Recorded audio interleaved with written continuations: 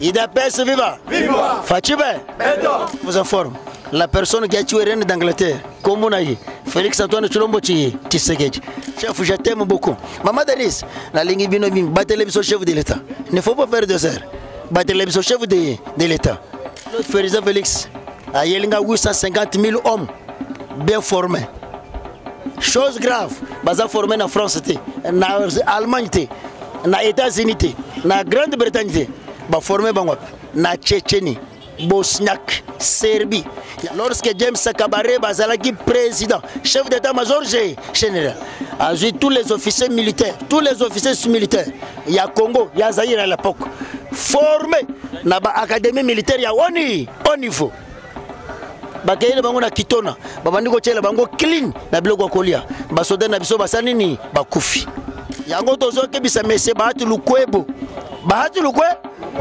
olieke oyo ocha pays liboso yo zocha parti politique soki mboka ezate parti politique afudeze kozala ke bangana tosito yebio éternel insatisfait olingo koma nani sena wane koki yote. C'est là qui comprend ma tête un peu. C'est un poison. C'est que comprendre que la République a été dirigée par le rebelle. Thomas Louak, pseudo-rebelle. Mbosso, rebelle. Mendo Malang, rebelle. Jean-Pierre Mbembakombo, rebelle. Mais et le président Félix Assal, comment il est réorganisé à armée? Fatube. Mais nazo que c'est ça maluko, lukonde. Papa na yo za Rwandais. Maman na yo Mukarunde. Yakata. Mais Karunde le souci ya Zambie. Remarquez que point chaud ya balkanisation ya Congo. Et à sud-ouest ya Congo, n'est-ce pas? Précisément Céleste. Ce côté les bateaux bazana ba décision clé ya balkanisation ya Congo. Et ça ba sud-est. Vital Kamerhe Lwakaningi. Anthony Kizo Kimole. Et pourtant Kimole c'est l'une des villages ya Rwanda. Bahati Lukwebo, vice-président ya Sénat. Le premier président Sénat, mais c'est Sama Luko. Maman na ye Karunde ya Zambie, papa na ye Rwandais. Yabino yango. Donc musu se zati. IDPS viva. Viva. Tolozongi samakasi. IDPS viva. Viva. IDPS viva. Viva. Fachibe. Fachibe. L'IDPS c'est mon parti politique. Félix Tshisekedi Tshilombo c'est mon prêt. La République démocratique du Congo c'est mon pays. Que j'aime beaucoup. Chers combattants, chers collègues, peuple congolais, congolaises, vous êtes spécial.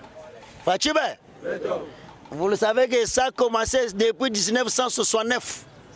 Que la République démocratique du Congo est côté qui a des armes côté terrible. Et la République démocratique du Congo a vécu une catastrophe. Un complot international. Complot international pour de jouer complot international et vous aussi nga mutu ya mayele. Oh yaza Congolais de père et de mère. Mais lorsque le président de la République Félix Antoine Tshilombo Tshisekedi, une personne très intelligente de plus que son père, très intelligente de plus que tous les corps congolais, a accédé au pouvoir. Batu ba pesa ki chance te. Congolais nyo so pesa ki chance ata mukolo moko te. Balobi kazaki zengi atanga te. Ateka ka pisa na Belgique. Et c'est que le peuple congolais ignorait. Belgique azoko diriger 27 pays à l'Union européenne. La Belgique, c'est le centre d'administration. C'est le centre de risque, centre d'occultisme. Il y a 27 pays à l'Union européenne. Et d'après ce viva. Quand ça vous était congolais de père et de mère, à Salika 5 ans, la communauté internationale a utilisé Mobutu, qui était tantôt plutôt centrafricain, tantôt soudanais, dont l'église catholique, peuple congolais, je vous dis ceci, dont l'église catholique, a yebaki nationalité vraie à M. Mobutu. Et lorsque l'église catholique avait maîtrisé la nationalité de M. Mobutu, l'église catholique avec la communauté internationale a appuyé Mobutu à salir 32 ans au pouvoir. Lorsque l'immaturité politique n'a Congo ya Laurent Désiré Kabila aïe, un rebelle, il était premier ministre, procureur général, ministre de la justice. président de la République, procureur général, chef d'état-major, organe décisif, il y a Congo, c'était Laurent Désiré que son âme repose en désordre. Et chose grave, lorsque Kabila aille, Congolais de père et de mère, à Salikaka 3 ans, la communauté internationale, avec Joe Biden, ils ont tué M. Joseph Kabila, Laurent Désiré Kabila Kaba. Mais Bayeko pese biso sobriqué, rescapé moko, na kombo ya Joseph Kabila Kaba, Mutoto Yebakite. Dont l'église catholique maîtrisée, provenance, il y a Joseph Kabila Kaba. Toujours l'église catholique. Et pourtant, lorsque Tozo soit indépendance, Lumumba, Atali Bango, Atali, alobike. Mais Bozo ça semblant pour nin. Bozana ambition que ça pour politique. Bolongo la kaka soutana boko dans le monde pour politique. Que de tromper le peuple que nous sommes des chrétiens et des pasteurs. Et des pères vivants. Et Toza Koya. Laurent Désiré Kabila, c'est le gars qui a 3 ans. Mais Kabila qui était tantôt plus tôt, je pèse bien mes mots, tantôt plus tôt. Joseph Kabila Kabanga Sali 21 ans. En République démocratique d'Iko. Nzambala la Kate. Teyoko Sala na élection 2018. On a trouvé le président Félix, candidat aux États-Unis d'Amérique. Fatibé. Et le président Félix, lorsqu'il a commis la présidence, Félix savait que c'est les Américains, les violeurs, les tueurs, les pilleurs. Il y a minéré la République démocratique du Congo. Première guerre mondiale, deuxième guerre mondiale. Mais le président Azalaki n'a choisi. Il doit travailler avec les États-Unis, les vrais rebelles, les vrais terroristes, les vrais sanguinaires. Mouyibi Mounen, États-Unis, soi-disant pays superpuissance, soi-disant pays riche, dont la pauvreté, dont le manyongo, et zo kangamutu mobima États-Unis. Maintenant, il y a une philosophie à l'Okuta. Pour au milieu de pays riches, pour au milieu de riches, il faut s'endetter beaucoup. Et l'Okuta. Et normalement, il fallait que Moutuambo a défisé Babola. Il a pensé vivant. Mais qu'est-ce qui s'est passé? Fatibé, à comprendre que oh, ils ont un complot international. Mais qu'est-ce que Félix doit faire? Fatibé, très intelligent de plus que tous les Congolais. C'est la seule personne qui n'a pas étudié, mais à convaincre le corps scientifique, les classes, il y a professeur, il y a Congo. Nazongi mo mukesima, na lobi que M. Joseph Kabila Kabanga merci au Salibiso République des professeurs. Chose grave na kimbuta professeur, na obe minako professeur, nango ikasange professeur. Oyo ba négocier diplôme ya licence na campus et pas ya Denis Kambay. Mais aujourd'hui il devient professeur. Congo mon pays. Fatibé. Azana de conflit moko, difficulté moko terrible. Lorsque le président de la République a accédé au pouvoir, qu'est-ce qu'il a dit? La première des choses, Namisala Kizengi pour tromper Bisengi. Il a passé vivant. Et le président s'est déplacé vers Grande-Bretagne en regardant la dame, Reine Elisabeth. Alors que c'est toi qui avais conçu la conception Afdal. Mais je vais déboulonner les systèmes. Lorsqu'il a étalé Makambu, Oyo, Reine d'Angleterre a sali na Congo, précisément en Afrique. Reine d'Angleterre a sali AVC, a pesé sous souci. Et je vous informe, la personne qui a tué Reine d'Angleterre, comme on a dit, Félix Antoine Tshilombo Tshisekedi, en lui rappelant la vérité clé. Fatibé, ce qui m'a mutumindo comme on rappelle mundele matière. Et matière, on est c'est le cancer, pas ya mundele la kofki est fort. Il a passé vivant. Tandis que l'homme blanc a avec des philosophies inutiles. Et pourtant, maître penseur et la philosophie, c'était l'Afrique. Mais comme les Africains ne maîtrisent absolument rien, les sous-hommes incapables de prendre une décision. C'est là où l'Occident, néocolonialisme et l'impérialisme, précisément la France, la Grande-Bretagne, l'Allemagne, la Belgique, les États-Unis d'Amérique, baptisés France, gendarmes d'Afrique, avec quelle méthodologie, avec quelle philosophie, tout comme les Africains, Bakayas. C'est là où vous remarquerez que France ce n'est pas un petit pays. D'abord, nous avons une forêt équatoriale. France a côté la forêt équatoriale 2 fois. Mais par que le mécanisme de faisabilité, France a voté budget, il y a 500 000 milliards de dollars américains. Par quelle compétence et pouvoir et potentialité et superficie que la France peut coloniser 14 pays colonies France africaine. Oyo tozo benga zone CFA. Et bandibo bon. Parce que les Africains ne maîtrisent absolument rien. Bassin. Et d'après ça va. Et pourtant l'Égypte était une puissance. Depuis que l'Égypte a raté une puissance mondiale, les Africains sont tous mangeants.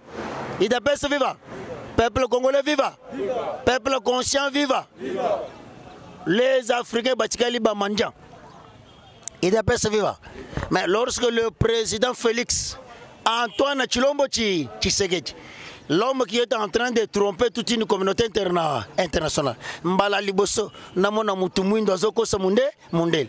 Parce que Sédar Senghor c'est le premier noir qui a travaillé dans une ville de France. Sédar Senghor était gouverneur en France, mais Sédar Senghor était incapable de tromper Mundele. Si aujourd'hui na français, na dictionnaire, tous en français au bazo benga la locomotive, c'est M. Sédar Senghor. Mais la France en comprenant cela, la France l'a piégé avec une femme française. Et pourtant, Sédar Senghor savait que c'était sa femme. C'était une femme kamikaze. Il y a un moment qui va penser que Sédar Senghor pour présidence, il y a Sénégal. Sédar Senghor n'a pas voulu amener le Sénégal à la hauteur. Et Sédar Senghor a démissionné. Sous pression, il y a France. Chose grave. Sédar Senghor, nous, on savait que c'est notre frère africain. Nous avons Sédar Senghor. Il déjà Sénégalais. Après l'Iwanaï, na France. Après avoir démissionné, c'est le centre culturel français. Et pourtant, aujourd'hui, Sédar Senghor fait quand même un centre culturel africain pour démontrer l'histoire africaine. Aujourd'hui, on est en train de nous tromper. La première université en Afrique, c'était en Mali. Dans des années 1845 à 1800 et 1805 et 1800 Mali a enseigné la médecine. Mali a enseigné l'architecture. Mali a enseigné. Mais voilà aujourd'hui, l'homme blanc est venu tromper. Azu Tumbuktu. À Memiangolelo, nous avons quand même une université à Var. L'université à Var vient du mot Tumbuktu. Et d'après ce vivant, le premier l'homme noir riche, Massamoussa. Mais Batikale jamais ko bimsa Massamoussa. Aujourd'hui, le bazo bimsa patron Amazonie. Bazo bimsa Bill Gates. Les artistes les plus célèbres du monde, ce sont les Africains. Bah tromper Michael Jackson. Parmi Makamba boxer nini ya Mundele wa sale exploit. Collègue Mali au Foreman. Et Olé va tromper mais c'est Mike Tyson. Et d'après ça viva. Mais lorsque le président Félix Fachibe, peuple congolais viva, complot international et Bandaki Kala. Lorsque le président Félix est venu, qu'est-ce qu'il a fait? La première des choses, je vais déboulonner le système. Fachibe. En changeant le système, qu'est-ce qu'il a remarqué? À mon avis, les 9 pays limitrophes, Pembeni ya Congo, Bazalaki bat traître. Et nous, on savait que ce sont nos frères. Et pourtant, ce sont des traîtres. Et le président Félix, c'est tellement qu'il a aligné Afrique Mink. La première des choses, a bandit déjà une philosophie de développement, il y a 9 pays limitrophes. Fatibe, Moutou Mayeli. Il y a un Malobomoga Yebisinga la semaine passée. Kabanga ne t'en fait pas. Je sais que je suis entouré par les désordonnés scientifiques. Mais ne vous en faites pas. Je vais appliquer une dictature intellectuelle pour corriger les désordonnés scientifiques. Fatibe, Nakange parenthèse. Mais lorsque mon président Félix a commis le pouvoir, il a coûté déjà Congo départagé. Après l'indépendance, tous les gens étoile moko. Avec Grand Étoile, il y avait les 6 étoiles Yamike, Bazalaki Moupanzi. Bazalaki Moupan, c'était le pays.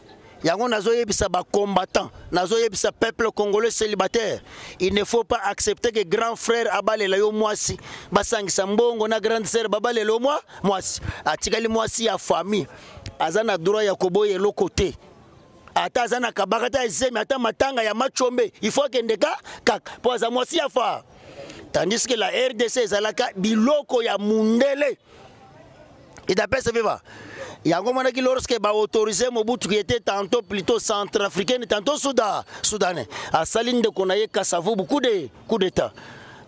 Yves Le Drian pembeni ya Charles de Gaulle apesi biso kombo ya Zaïre. Fachibe qui Zaïre qui veut dire ceci, zone africaine internationale réservée pour l'expatrié. C'est là où vous remarquerez que la France a une réserve, il y a pétrole, il y a 150 ans. Les États-Unis avaient une réserve, il y a pétrole, il y a 200 ans. Nous avons une réserve, il y a na Congo. Fachibe. Mais lorsque le président fait... Ah, frère, mon chef, je t'aime beaucoup. Maman Denis, la ligne bino bim, battez le chef de l'État. Il ne faut pas faire 2 heures. Battez le chef de l'État. Mais talaga nga nazo range mungongo zo sika. Ozo tika nga kaka boy. Nga nazo sengo mingte. Soko pesi nga tamwa ketch. Eko sala nga tamwa bien. Maman Denis, oza maman ya bane ebele. Et d'après ce viva. Qu'est-ce qui s'est passé? Lorsque le président Félix est venu, qu'est-ce qu'il a fait la première des choses? Comment on va récupérer une zone africaine internationale réservée pour l'expatrié? Et tu sais qu'il a commencé à confisquer cela. Bitumbeba et Bandi. L'air Bitumbeba Bandi, qu'est-ce qui s'est passé? Le président Félix a dit que ça le partenariat gagnant. L'homme qui s'est fait un imbécile pour tromper les airs. N'a pas les gaga. Il s'est retrouvé devant une presse internationale kamikaze. Fachibe. Lorsque la presse internationale Babandiko Tune Mituna, c'est la toute première fois que nous avons vu Azangi si mundele ke question. Mundele komi kotuna na matoi. Question zandengini. Aussi ba question c'est Fachibe. Parce qu'on lui a posé la même question 14 fois, renversé. Mais même question, mais 14 fois renversé. Qui veut dire quoi? Bah, poser 3 questions. Mais 14 fois. Et ça lui combien? 30 combien? 30. Il a fait vivant. Et mon président a donné une réponse exacte. Fachibe. Et le président en accédant au pouvoir en 2019, le 24 janvier. N'est-ce pas? 2019. A coûté déjà Mbok, torpillé, tergiversé, terrassé, lambeau. Et je sais un président américain nous a insulté. La République Yabatoufi, n'est-ce pas? Bobong Sambogo Nabino. Fachibe. Et pourtant, malédiction Afrique. Et vous êtes aux États-Unis. Lorsque le président commence à mener sa diplomatie, Fachibe, t'as le place à tout ça. Là, t'as le place à tout. Il d'après ce vivant. Laurent Désiré Kabila, son âme repose en désordre. Il d'après ce vivant. Laurent Désiré Kabila, son âme repose en désordre. Qu'est-ce qui s'est passé en 1997 lorsque Laurent Désiré Kabila y est? Nous avons gagné à côté de Rwandais. Et pourtant, les Rwandais nous ont commencé à nous infiltrer. Bandakala. Il d'après ce vivant. Depuis 1926. Tchengerero Uruguera. Mais na Congo, dans la montagne, Tchengerero. Si vous avez officialisé avec Barthélemy Bissengimani. Lorsque Barthélemy Bissengimani a yé, et logo ya liboso bapanzi Kivu. Tokomi na Nord Kivu, Sud Kivu, Ituri, Beni, Butembo, Kanyabayonge, Uruguera, Tchengerero, Nyirakongo, Kishisha, Kibumba, Tchengo, tout cela sous la bénédiction. Il y a M. Barthélemy Bissengimani. Il d'après ce vivant. Et pourtant, à l'époque, tu as un grand Kivu. Un Rwanda côté na 3 heures. Congolais nous sommes Rwanda côté bis. Un Ouganda côté, tu sais nous sotoyebi. Burundi à côté toyebi. Mais lorsque Barthélemy Bissengimani a réussi sa mission, tu as asile. Il d'après ce vivant. Maintenant, et pourtant, les Congolais balinga komona mwasio ya kaleba sate. En français, bazo benga une forme en kalipiji. Ba Congolais balinga komona mwasi ya mune ya cercle. Mais c'est là où ces personnalités-là nous ont infiltrés jusqu'à moi les pays épinières. Il d'après ce vivant. Mais le président Félix a paniqué. Laurent Désiré Kabila en 2001.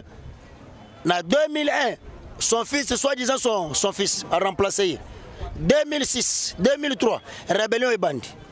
N'est-ce pas? Il y a RCD Gom, MLC. N'est-ce pas? RCD Kamel. Bassali rébellion.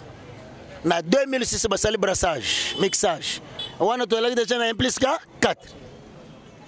C'est là où l'armée est panzani. Fachibe, c'est là où je suis en train d'applaudir pour mon chef. Armée Salunini et panzani. Tu connais le général Hanga. James Kabarebe. Kanyavira, Kasereka, Stéphane, Muhombozi, Salem Salim. Yoga ba kombo ya ba officier. Et d'après ce voir. Et pourtant, or basali RCD Gom. RCD Gom c'était le Rwandais. Mais les Congolais basali ba itika. Mon chef s'est bâti pour récupérer la République na maboko ba Rwandais. Le président Félix a yelinga 850 000 hommes bien formés. Chose grave, baza formé na France, na Allemagne, na États-Unis, na Grande-Bretagne, ba formé bangwa na Tchétchénie, Bosniaque, Serbie. Yangomanaki na Congo pour le moment tozana général Dienkov. Le général Dienkov de nationalité serbe en train de donner une philosophie, la déontologie militaire et pas yabasodako. Nazongi mamukesima. Lorsque James Kabare Bazalaki président, chef d'état-major général, a vu tous les officiers militaires, il y a Congo, il y a Zaïre à l'époque, formés dans l'académie militaire, il y a au niveau. Bakayele bango na kitona, babandiko tshela bango clean na biloko kolia, basoda na biso basanini bakufi. Idapese viva. Fachibe. Idapese viva. Peuple congolais viva. Awa tozana kacha mabele ya base biku rouge en train de parler de la nation. Moïse makasi mais totalité Moïse makasi te. Mais le peuple la République da. Yango tozo ke bisa messe Bahati Lukwebo. Bahati Lukwe au lieu que oyo ocha pays liboso yo ocha parti politique. Soki mboke zate parti politique a fait des égozala. Kebagana tosito yebi yo. Mais c'est Bahati Lukwe éternel insatisfait. Je répète encore, éternel insatisfait. Olingo komanani. Sena wane kokiyote. Ministre de l'économie wane kokiyote. Yango bosalaki kopo na matata mpo. Boyibi mbongo mboka 5 milliards 690 millions 410 000 dollars mais c'est la muta ambazoya. Okanishika zana poisson. Akendaki na kiba, akendaki ko sala moi gymnastique. Azozonga. Osaka na dessin animé. Dessin animé ko bete na mitu kata 135 fois. Akufra te. Yo kanishika pesi poisson. Okolapa. Ida pesa viva. Lorsque to komi na kitona. Babo melepso basoda. Tshisekedi en comprenant que la République a été dirigée par le rebelle.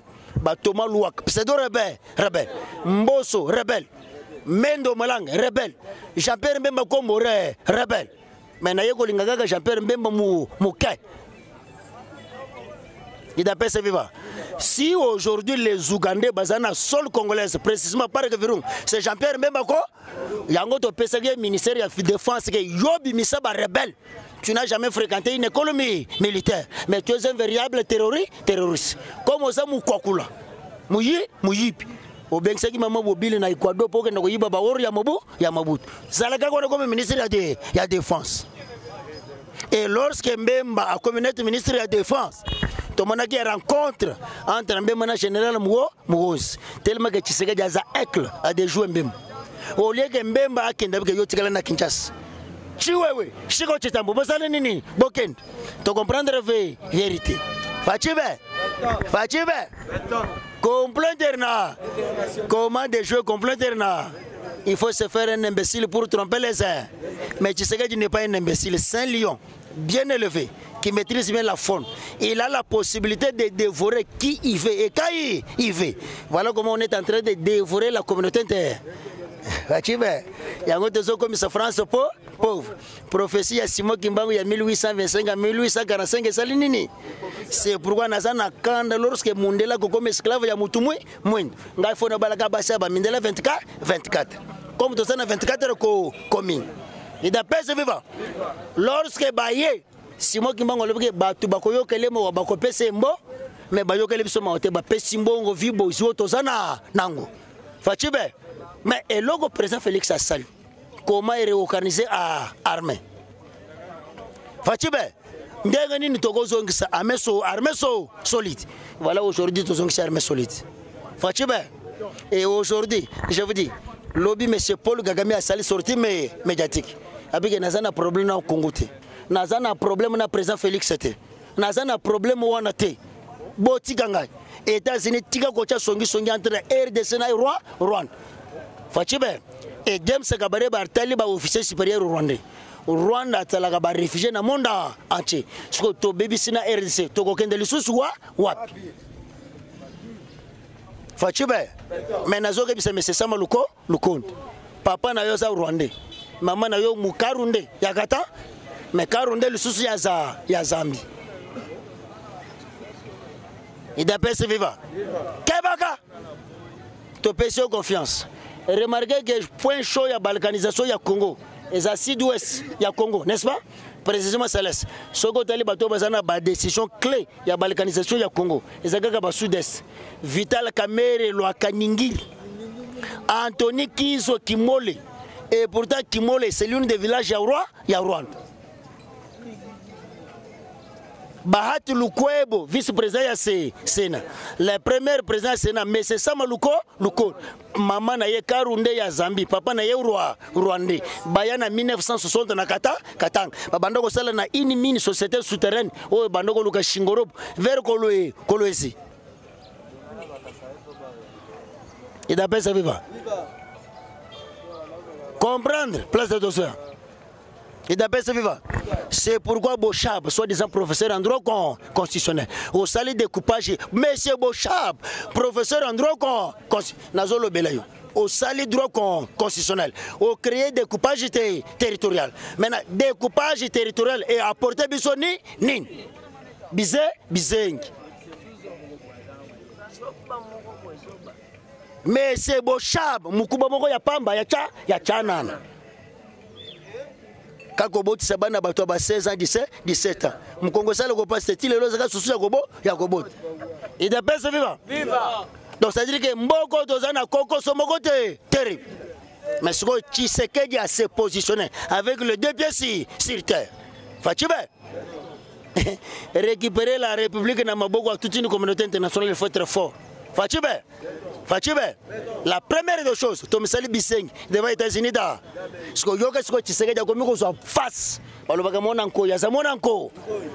vraiment, la Chine et la Russie, ce sont des partenaires sincères. Tobandi ko Chuba déjà. Notre partenaire Misapinali, Nalis. Toko Chuba Misapinalis. Et Tshisekedi a été plus loin. Batindele escroc, Obasanjo. Un ancien président nigérien, Obasanjo.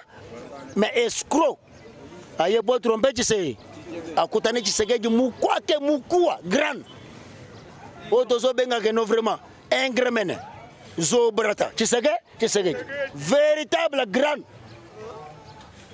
Civil mais mécanicien basoda. Ingremen. Lorsque Tshisekedi aye, la première des choses, mon président a commencé à comprendre la République, comment la République fonctionne. Abanduko réformer armée. Il dépêche vivant. Abanduko réformer armée. Na sepelika kana likambo chef de l'état sali. A Longolo état-major na Monkali mazongi sango awa na Kakoko.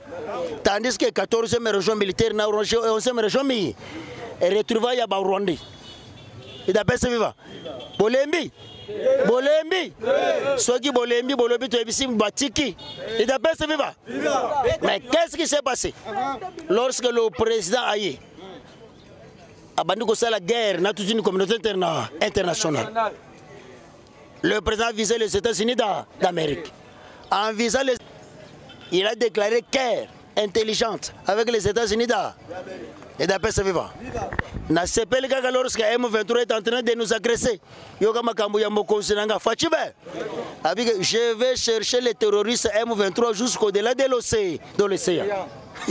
Er nazota le Rwanda zana océan. Kaka Kenya nem dozana océan. Au-delà de l'océan, nous allons traverser l'océan. Il d'après ce vivant.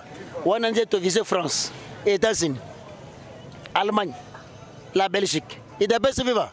Tandis que Tshisekedi va rester président perpétuité, président éternel.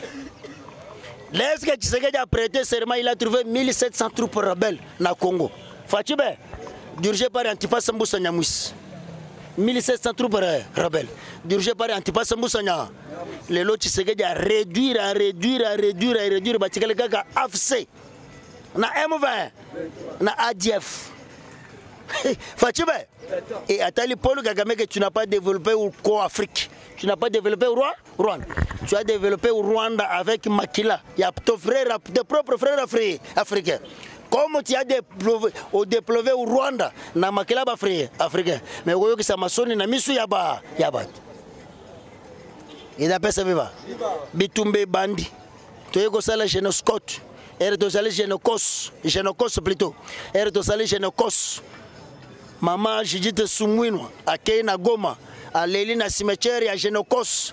22 886 000 morts. Que la première guerre mondiale. La deuxième guerre mondiale. Et je fallait que ce n'est pas chose grave. Maintenant, je dois provoquer la troisième guerre mondiale. Et je vous informe. Le président de la Pologne a dit tangente. Je sais que vieux Wakwenda, quand je parle d'une mathématique tangente. Et le président de la Pologne a dit troisième guerre mondiale. La philosophie tangente. Et ça a déjà réussi. Fatime. Et tandis que Tshisekedi a déjà 850 000 hommes en uniforme. Fatime. Talandenge to pseki. Mais c'est Paul Kagame. Tu créé une division entre Paul Kagame et Museveni. Bakomi Biseng. Général Mouonzi, lobby. Basalaki réunion Moussous. Alors c'est impossible de tuer. C'est impossible d'abattre la République démocratique du Congo. Et je vais vous dire quelque chose. Sachez-le, aujourd'hui, RDC, c'est l'armée le meilleur en Afrique, dans le monde entier. Tobundi na 174 pays du monde. Mais Balongi Bissoté. Tandis que Ngoubou, Laurent Désiré Kabila, a salé la rébellion il y a 8 mois. A Kangi Kongomo. Mais voilà 174 pays du monde. Incapables de Koko Mata Nagom.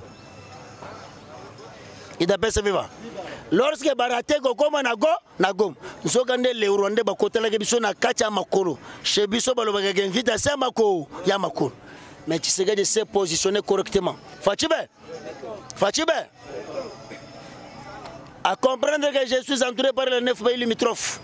Qu'est-ce que Laurent Joseph Kabila Kabanga Kei Assal? Alors que Nakei n'a pas si du pouvoir. Mais Nazo économie, tu sais que tu as au pal.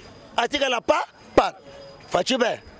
La première des choses qu'on philosophie, comment récupérer l'économie analytique, il y a 9 pays limitrophes. Il y a comme Lorenzo, Azolela. Et je vous informe quelque chose. Le militaire angolais, comme il a l'ouf, quelques mètres, il y a Mabele. Et ça, Lokuta. Makambo Salamiga Kawana Mambutuka na Kintele. Oyebi Libongo Yangamanzo, n'est-ce pas? Na Libongo Yangamanzo, village Mogo Zawana, n'est-ce pas? Brazzaville, ce ne sont pas les Brazzaville, les Rwandais. Kochi wana ba récupérer moi village moko place wana sous complicité ya administrateur territorial et par redoko ya aner yangama gamansu. Mais oyo balobi ke na niveau ya lufu baboteli biso mabele jamais nzokande ba si tellement que biso to lingaka te nzala ezaneti toza ngulu olie olie te gon et les prononces ezalaka te yango mona ki mwasi na biso wana akei ba violer ye ba kache bilamba après ba yeba bete masasi ezamboka ya ba au violer frontière na ndenge nini peut-être ba go buleke osana yo rebelle ozolanda yango mona ki président Félix alobeke na Rolanda sentiment na bino ya mikobosu te na Zolanda sentiment pour na développer ko il d'après ce vivant. Mais qu'est-ce qui s'est passé? Fatime. Alors que je dois créer la diversité avec les États-Unis. Et je vous informe. Priez pour le chef à créer guerre contre les États-Unis. Alors que Taïwan, c'est l'une des provinces de Chine. Et Taïwan n'ira nulle part. Fatime. Le secrétaire d'État américain Anthony Blinken PD à l'Eli. Avec Tshisekedi à Tchebiso Moussapinali. Fatime.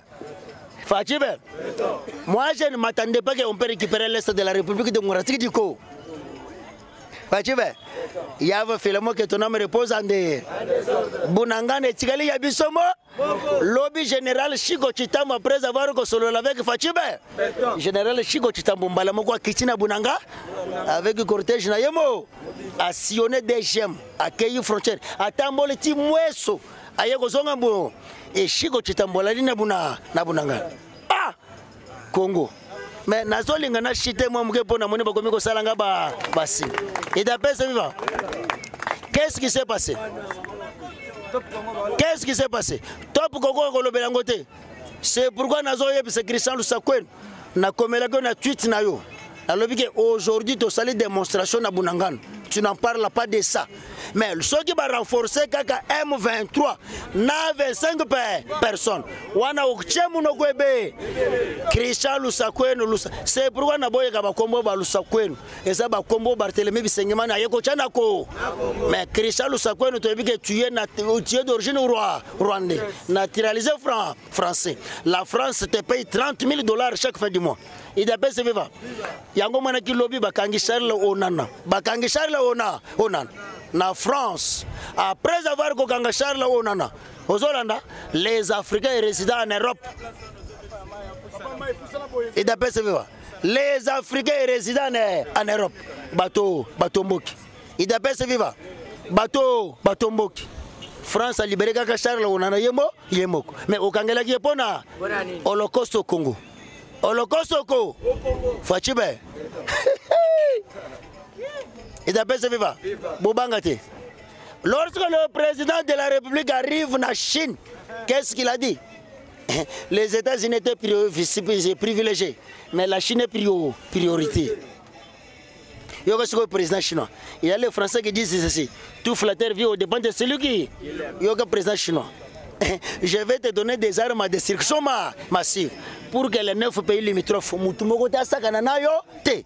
Yo kasiko makambo président chinois a uchuko yebisa tous les pays limitrophes. Et d'après ce vivant. Vous voyez que le réseau sana derrière mon côté terrible. Avec j'ai mis mon capitaux. Yo que français wana. J'ai mis mon capitaux. En République démocratique du Congo, Bino bateau États-Unis ont utilisé Oya Komeka. Oya Kome, il va rencontrer la Chine. Azongi a droit de veto. Alors que je suis pays décideur du monde. Mais qu'est-ce qui se passe? Dès que beaucoup l'erreur, il y a attaquer RDC parce qu'il y a une arme de destruction massive, vous allez me rencontrer. Et d'après ce vivant. Et pessimé c'est Vladimir Bouchingue qui peut les caisses. Alors que je me répands. Ce n'est pas moi qui ai tué Kadhafi.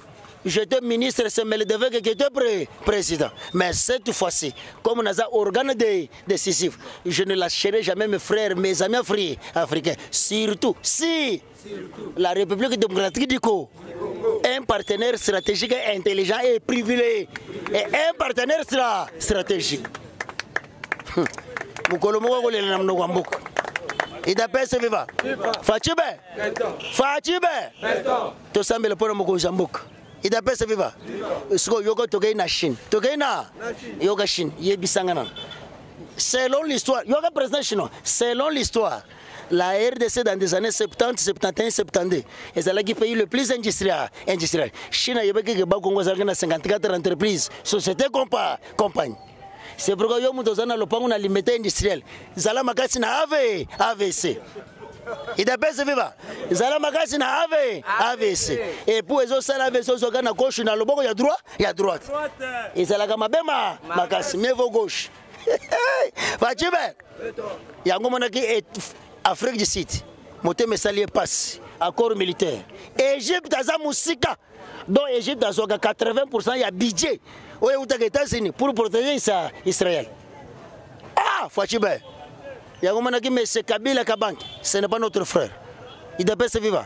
Kabila n'est pas notre frère. Comment Kabila a réunion qui a paralysé le Congo, dans Rwanda, précisément Kampala. Kabila n'est pas notre frère. Il d'après ce vivant. Il d'après ce vivant. Fachibe, peuple congolais vivant. Vraiment, vous êtes conscient.